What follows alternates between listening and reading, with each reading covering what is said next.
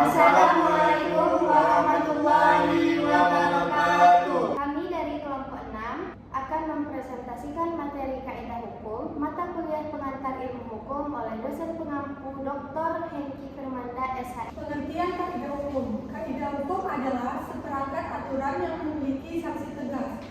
Aturan ini mengatur interaksi atau hubungan antar individu baik secara langsung maupun tidak langsung. Selanjutnya, perbedaan kaidah hukum dengan kaidah lainnya. Yang pertama, dari segi tujuan. Kaidah hukum bertujuan untuk mengatur tata tertib dan memberikan perlindungan terhadap manusia. Sedangkan kaidah agama dan kesusilaan memperbaiki pribadi manusia dan kaidah kesopanan mengatur masyarakat. Yang kedua, dari segi isi.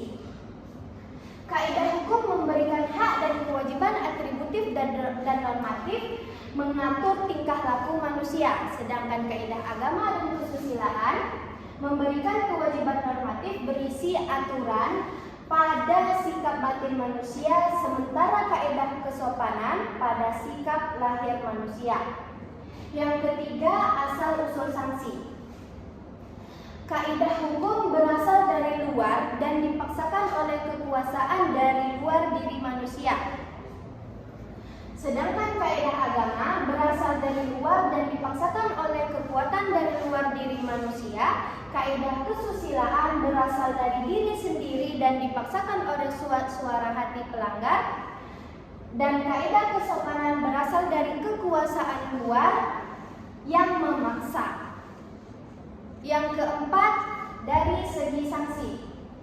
Kaidah hukum sanksinya dipaksakan oleh masyarakat secara resmi. Sedangkan kaidah agama dipaksakan oleh Tuhan, kaidah kesusilaan dipaksakan oleh diri sendiri, dan kaidah kesopanan dipaksakan oleh masyarakat secara tidak resmi. Yang terakhir, dari segi sasarannya.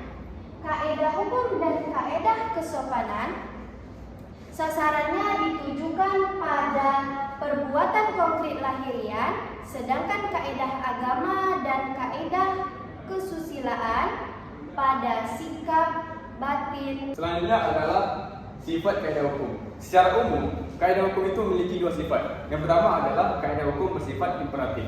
Maksud kaidah hukum bersifat imperatif ini adalah kaidah hukum itu bersifat memaksa, mengikat, dan wajib diikuti. Artinya setiap individu atau pihak-pihak harus mematuhi aturan tersebut tanpa pengecualian. Sifat yang kedua adalah sifat kaidah hukum bersifat fakultatif. Maksudnya adalah kaidah hukum itu bersifat tidak memaksa dan memberikan pilihan.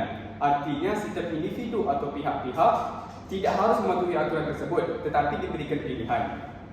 Dan sifat ini juga memberikan opsi kepada kita, apakah kita ingin memilih atau mengikuti aturan tersebut atau tidak. Adapun tujuan kaidah hukum dan tugas kaidah hukum. Tujuan kaidah hukum adalah kedamaian. Maksudnya, suatu keadaan di mana terdapat keserasian antara nilai ketertiban ekstern antara pribadi dengan nilai ketentraman atau ketenangan intrapribadi.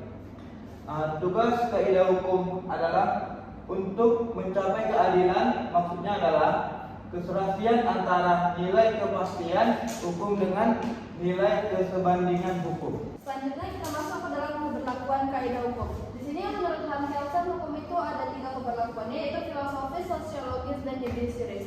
Keberlakuan teori kaidah hukum ini menurut penerimaan adalah ketika kaidah hukum tersebut diterima oleh masyarakat, sedangkan jika pemaksaan maka kaidah hukum tersebut berlaku karena adanya paksaan dari penguasa.